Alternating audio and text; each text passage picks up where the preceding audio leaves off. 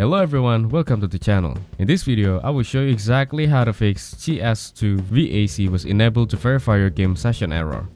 The command resolution when received the VAC was unable to verify your game session error in Cs2 is by restarting your game, verifying your game files, or restarting your PC. You can do that by going to Steam and going to the library. Now select Counter-Strike and right click on the name. Then go to Properties and click Installed Files. After that, verify the integrity of game files. Another fix that also worked for some users was to delete your Cs2 exe, and after that verify your game files. It's suggested to connect to casual game with both offlines and playing around 5 to 10.